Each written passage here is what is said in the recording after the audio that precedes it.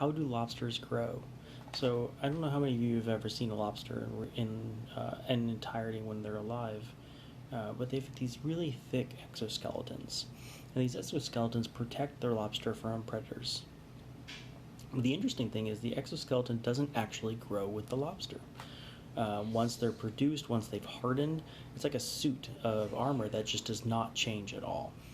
So what's kind of interesting what the lobster goes through as they're growing internally, they're pushing out on that exoskeleton, and there's this resistance that keeps building up and building up and building up until the lobster really just can't grow anymore. So at this point, the lobster seeks shelter and then busts off its armor, and then a new layer of armor grows on and hardens, and then it leaves its safety zone and goes out into the world like it was, all protected. Humans are kind of the same way. We have this invisible wall around us that protects us, that says, oh, that's uncomfortable, I don't really want to go there. And then we kind of get forced into situations, and that's kind of like that exoskeleton, we're kind of growing too far into it.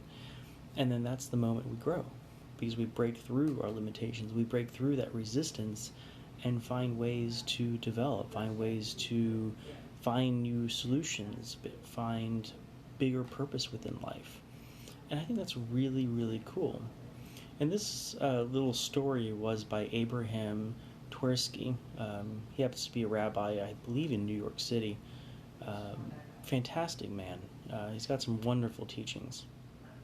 And it's just, this story really resonated with me because this is our life, right? We're constantly butting up against things that make us feel uncomfortable.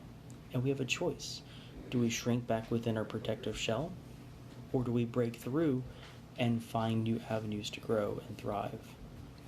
So if you would like my tips on how to embrace that uncomfortableness and truly step into your own power, send me a note. I'd love to teach you my lessons. Otherwise, love you and have a good night.